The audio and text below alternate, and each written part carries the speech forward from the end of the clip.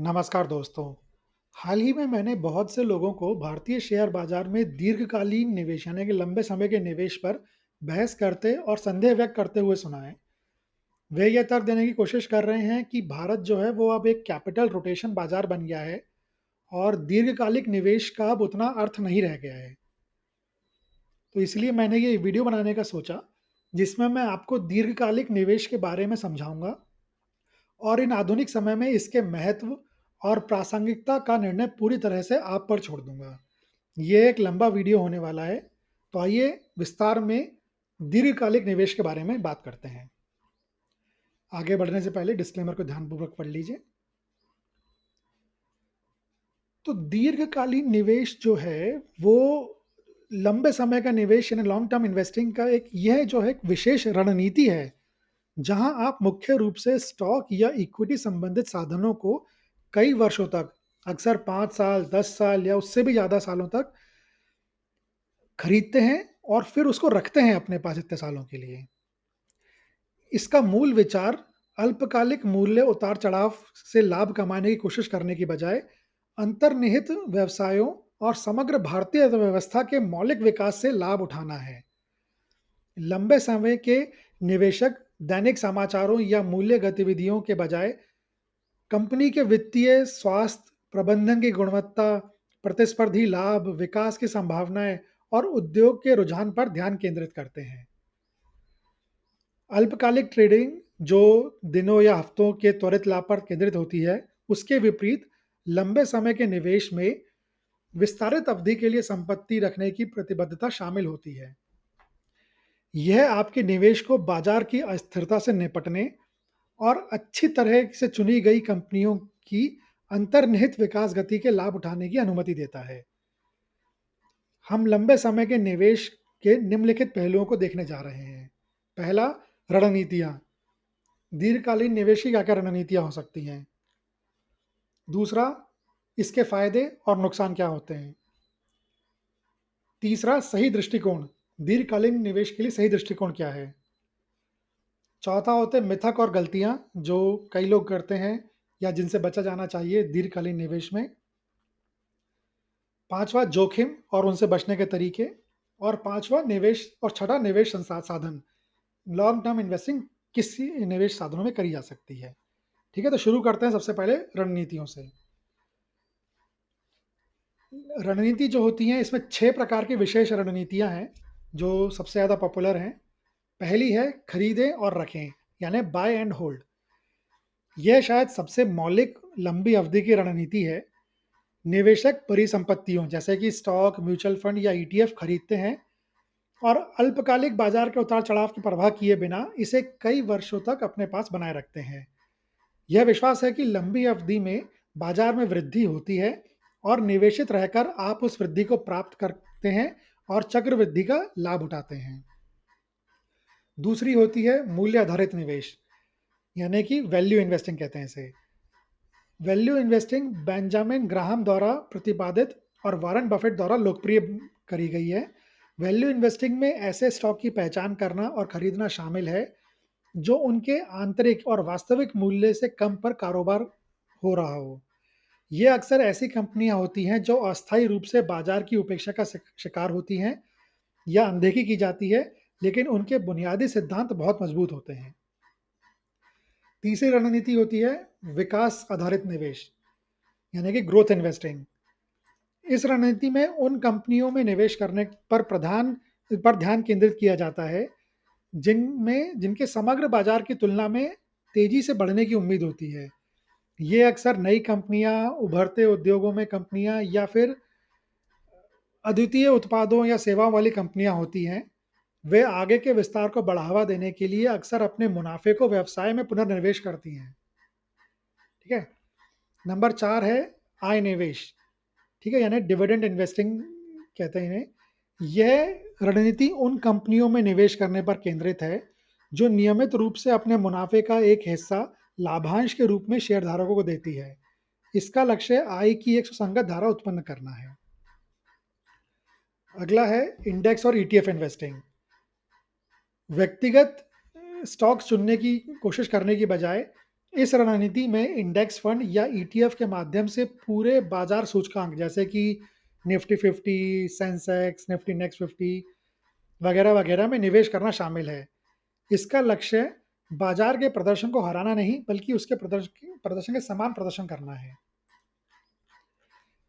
ठीक है। और छठा है परिसंपत्ति आवंटन और पुनर्संतुलन। इस रणनीति में आपके वित्तीय लक्ष्यों, समय सीमाओं और जोखिम सहनशीलता के आधार पर विभिन्न परिसंपत्ति वर्गों जैसे कि उदाहरण के लिए 60% स्टॉक, 40% बॉन्ड के आदर्श मिश्रण का निर्धारण करना शामिल है। समय के साथ साथ जैसे जैसे बाजार मूल्य बदलते हैं, आपका आवंटन आपके लक्ष्य से अलग हो सकता है। रीबैलेंसिंग का अर्थ है समय समय पर अपने पोर्टफोलियो को अपने मूल लक्ष्य आवंटन पर वा, वापस समायोजित करना। ठीक है। आगे बढ़ते हैं। अब देखते हैं कि लॉन्ग टर्म इन्वेस्टिंग यानी कि दीर्घकालीन निवेश के जो है इसके फायदे और नुकसान क्या क्या हैं। तो सबसे पहले देखते हैं इसके फायदे। तो इसके फायदे में पहला है चक्रवृद्धि की शक्ति। यह शायद सबसे बड़ा लाभ है। इस अपने निवेश रिटर्न को आगे और रिटर्न उत्पन्न करने की अनुमति देकर आपकी संपत्ति समय के साथ तेजी से बढ़ सकती है। यह स्नोबॉल इफेक्ट मामूली नियमित निवेश को भी दशकों में काफी बढ़ाकर देता है। ठीक है। तो बहुत इंपॉर्टेंट है इसका चक्रवृद्धि की शक्ति। दूसरा है बाजार की अस्थिरता का कम प्रभाव। अल्पकालिक बाजार में उतार चढ़ाव जो अक्सर खबरों या भावनाओं से प्रेरित होते हैं, लंबी अवधि में औसत हो जाते हैं। ऐतिहासिक रूप से इक्विटी बाजार ने कई वर्षों में ऊपर की ओर रुझान दिखाया है, जिससे निवेशकों को गिरावट से उबरने और अंततः रिकवरी से लाभ उठाने का मौका मिलता है। ठीक है। अगला है कम लेन देन लागत और कर। चूंकि लंबी अवधि के निवेश में खरीदने और बेचने की गतिविधियां कम होती हैं, इसलिए आपको कम ब्रोकरेज शुल्क, एसटीटी और अन्य शुल्क लगते हैं। इसके अलावा भारत में इक्विटी पर जो लॉन्ग टर्म कैपिटल गेन होता है वो एसटीजी की तुलना में कम है, इसलिए आप पे कर भी कम लगता है। अगला है भावनात्मक अनुशासन और मानसिक शांति। लंबी अवधि का दृष्टिकोण दैनिक बाजार के शोर या घबराहट के आधार पर आवेगी निर्णय लेने के प्रलोभन को कम करता है। यह निवेशकों को अनुशासित रहने, अपनी रणनीति पर टिके रहने और डर या लालच से होने वाली महंगी गलतियों से बचने में मदद करता है। यह अक्सर कम तनाव और अधिक मानसिक शांति की ओर ले जाता है। अगला है वित्तीय लक्ष्यों के साथ संरक्षण।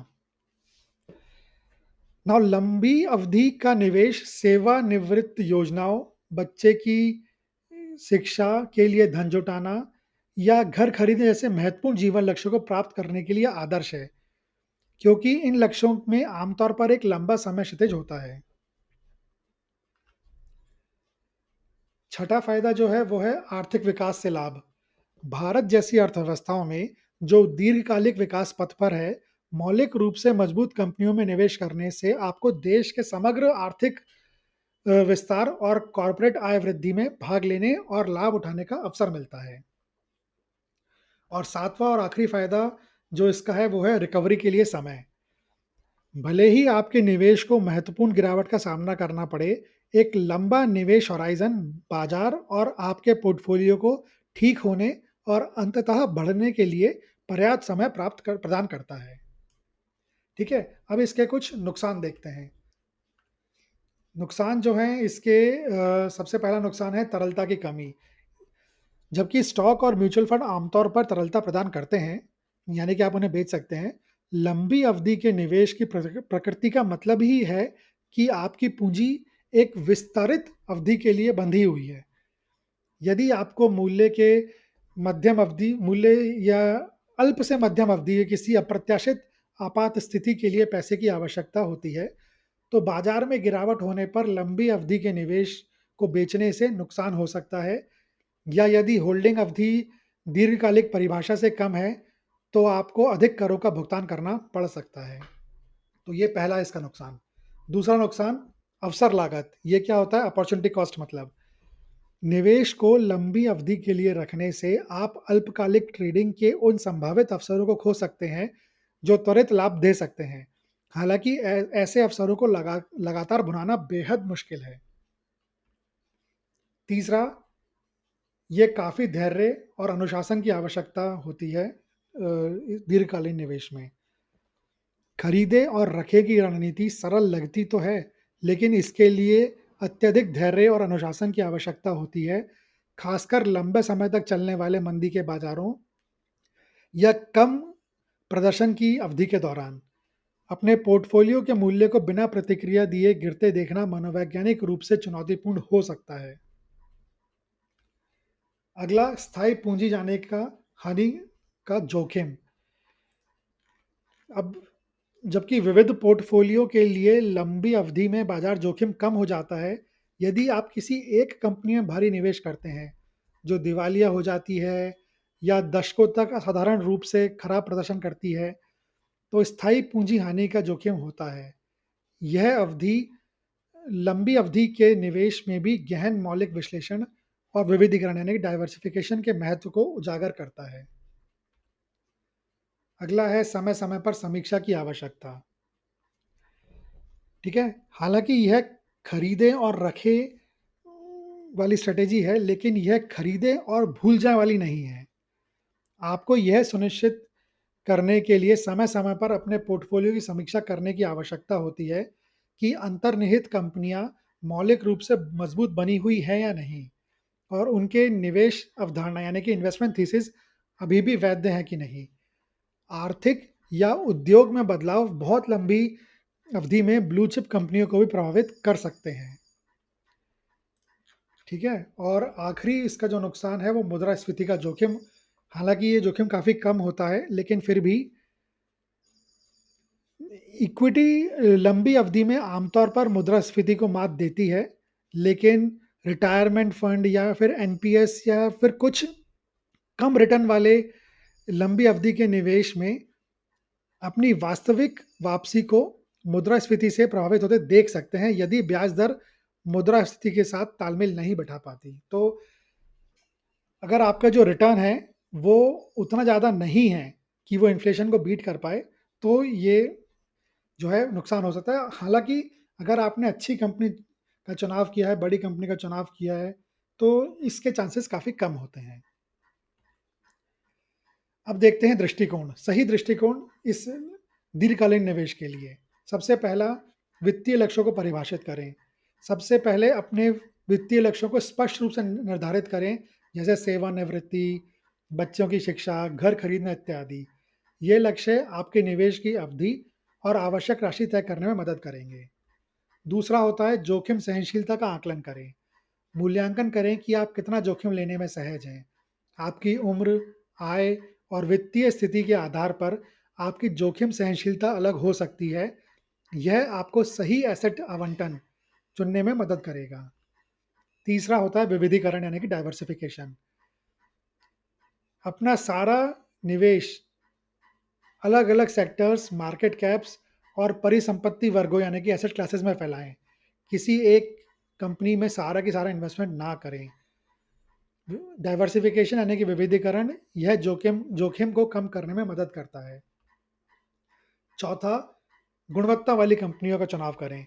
ऐसी कंपनियों पर ध्यान केंद्रित करें जिनके बुनियादी सिद्धांत मजबूत हो, प्रबंधन अच्छा हो, लगातार कमाई हो और प्रतिस्पर्धी लाभ यानी कि कॉम्पिटिटिव एडवांटेजेस हो। अगला है नियमित निवेश यानी कि एसआईपी।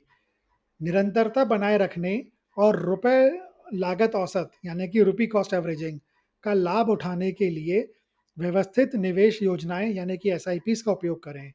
यह आपको बाजार के उतार चढ़ाव में भी अनुशासित रूप से निवेश करने में मदद करता है।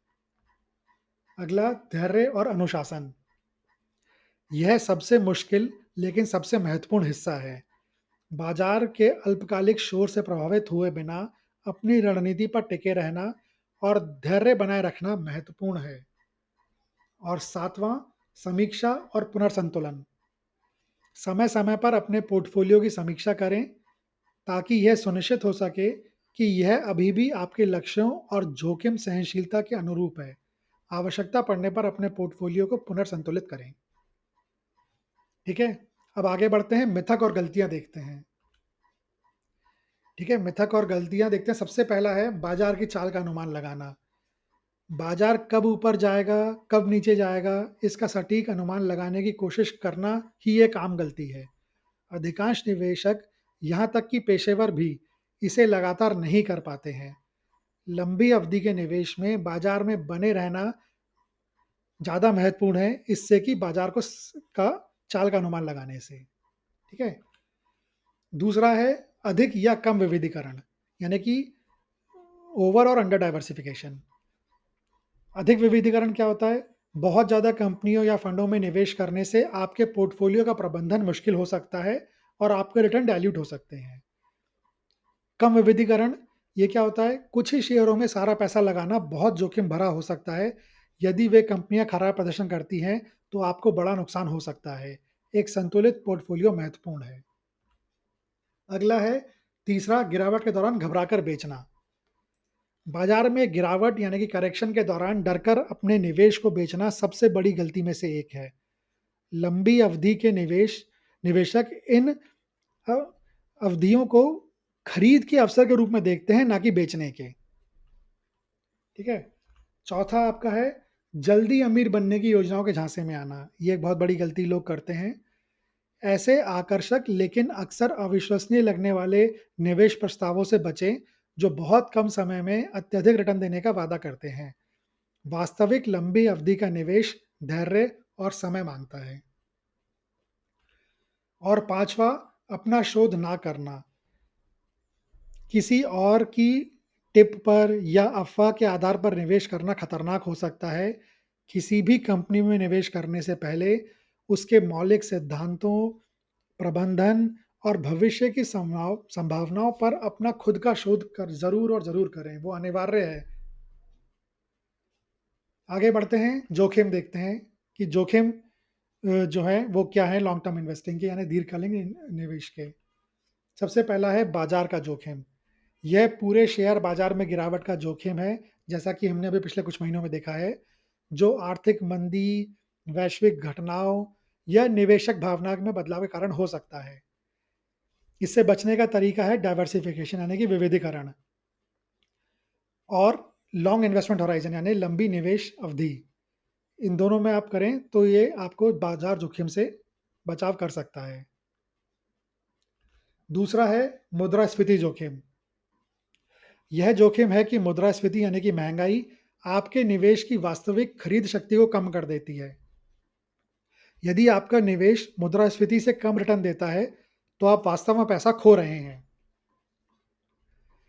तो इसमें बचने का तरीका है ऐतिहासिक रूप से इक्विटी जो है लंबी अवधि में मुद्रास्फीति को मात देने में सफल रही है। इक्विटी और कुछ कमोडिटीज की मुद्रास्फीति के खिलाफ बचाव प्रदान कर सकते हैं। तीसरा है कंपनी विशिष्ट जोखिम। यह किसी कंपनी से जुड़ा जोखिम है, जैसे खराब प्रबंधन या नई प्रतिस्पर्धी उत्पाद, वित्तीय घोटाले या दिवालियापन, जो उस कंपनी के शेयर की कीमत को नकारात्मक रूप से प्रभावित कर सकते हैं। इसमें बचने का तरीका है विविधीकरण यानी डाइवर्सिफिकेशन। एक कंपनी में अत्यधिक निवेश नहीं करें और दूसरा फंडामेंटल एनालिसिस यानी मौलिक विश्लेषण। किसी भी कंपनी में पैसा लगाने से पहले खुद उसका मौलिक विश्लेषण ज़रूर ज़रूर करें, उसकी ताकत को समझें, उसकी कमजोरियों को समझें और इस तरीके से आपका ये रिस्क कम हो सकता है। अगला है तरलता जोखिम। यह जोखिम है कि आप अपनी संपत्ति को जल्दी से या बिना कीमत खोए नकदी में बदल नहीं सकते हैं। इससे बचने का तरीका क्या है?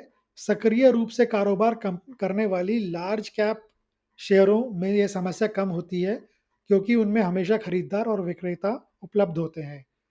बहुत छोटी कंपनियों में तरलता का जोखिम काफ़ी ज़्यादा होता है।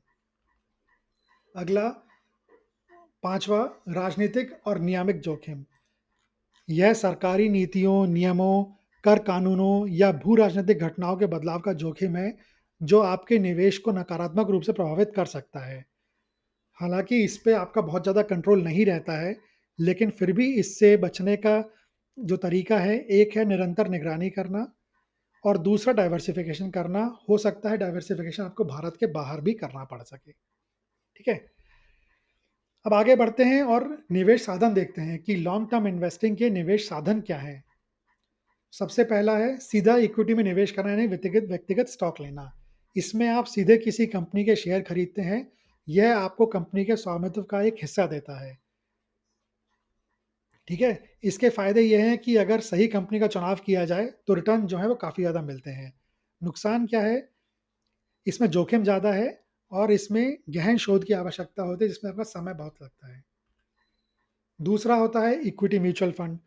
ये ऐसे फंड होते हैं जो कई निवेशकों का पैसा इकट्ठा करके पेशेवर फंड मैनेजर द्वारा स्टॉक्स यानी कि शेयरों में निवेश करते हैं।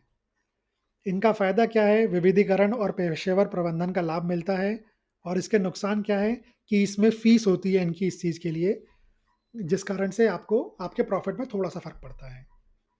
अगला निवेश संसाधन है इंडेक्स फंड यानी ईटीएफ। इंडेक्स फंड उन म्यूचुअल फंडों की तरह होते हैं जो किसी किसी विशेष बाजार सूचकांक जैसे कि निफ्टी 50 या सेंसेक्स के प्रदर्शन को ट्रैक करते हैं। ईटीएफ भी इंडेक्स को ट्रैक करते हैं, लेकिन शेयरों की तरह स्टॉक एक्सचेंजों पर ट्रेड होते हैं। इनके फायदे होते हैं कम लागत, विविधीकरण और बाजार के औसत रिटर्न को प्राप्त करने का सरल तरीका। और लेकिन इनके नुकसान क्या होते हैं? इनका इनमें बाजार को मात देने का कोई प्रयास नहीं होता। केवल उन्हें ट्रैक किया जाता है और उनको रेप्लिकेट किया जाता है ना? तो इसके रिटर्न कम होते हैं थोड़े से। फीस भी कम होती है लेकिन रिटर्न भी कम होते हैं। अगला होता है ईएलएसएस, इक्विटी आधारित बचत योजनाएँ। ये क्या होती हैं? ये एक प्रकार की इक्विटी म्यूचुअल फंड है, जो आयकर अधिनियम की धारा 80 सी के तहत कर बचत का दोहरा लाभ प्रदान करते हैं। इनमें 3 साल का लॉक इन पीरियड होता है। ठीक है? इसमें फ़ायदे ये हैं कि कर बचत के साथ-साथ इक्विटी बाजार के रिटर्न की संभावनाएँ होती हैं, लेकिन नुकसान ये है कि इनमें 3 साल का अनिवार्य लॉक इन पीरियड रहता है। और 5वां होता है सेवानिवृत्ति फंड। ये विशेष रूप से सेवानिवृत्ति के बचत करने के उद्देश्य से डिज़ाइन किए गए निवेश उपकरण हैं। इसमें एनपीएस है और कुछ म्यूचुअल फंड की सेवानिवृत्ति योजना शामिल हो सकती हैं। फ़ायदा इसमें ये है कि लंबी अवधि के लिए बचत को बढ़ावा देते हैं, अक्सर कर लाभ के साथ आते हैं ये। इसमें नुकसान ये होता है कि इसमें लॉक इन पीरियड काफ़ी लंबा होता है और निकासी पर इसमें प्रतिबंधित रहती है। ठीक है? तो अपन ने सब कुछ देख लिया, अब इसका निष्कर्ष क्या निकलता है? निष्कर्ष के लिए में यह है कि लंबी अवधि के निवेश का महत्व और प्रासंगिकता आपके व्यक्तिगत निवेश लक्ष्यों, जोखिम सहनशीलता, समय सीमा और व्यक्तिगत परिस्थितियों पर निर्भर करती है। मेरा मानना है कि यदि आप अपनी बचत पर रिटर्न बढ़ाने के लिए शेयर मार्केट में निवेश कर रहे हैं और आपके पास कहीं और पूर्णकालिक नौकरी है या अपना बिजनेस है, तो लंबी अवधि के लिए निवेश करने में कोई समस्या नहीं है। लेकिन यदि आप पूर्णकालिक ट्रेडर हैं, तो आपके पास उच्च जोखिम यानी हायर रिस्क और हायर रिवॉर्ड के लिए बहुत सारे अन्य रास्ते भी उपलब्ध हैं शेयर मार्केट में। भारतीय शेयर बाजार में सभी प्रकार की निवेश शैलियों के लिए पैसा कमाने के ढेर सारे अवसर हैं। यह आप पर निर्भर करता है कि आप कौन-सी शैली का चुनाव करते हैं। यह वीडियो देखने के लिए धन्यवाद। कृपया आप इस चैनल को लाइक करें, शेयर करें, कमेंट करें और चैनल को सब्सक्राइब ज़रूर करें। मैं जल्दी आपसे एक और वीडियो में मिलूँगा, तब तक के लिए गुड बाय।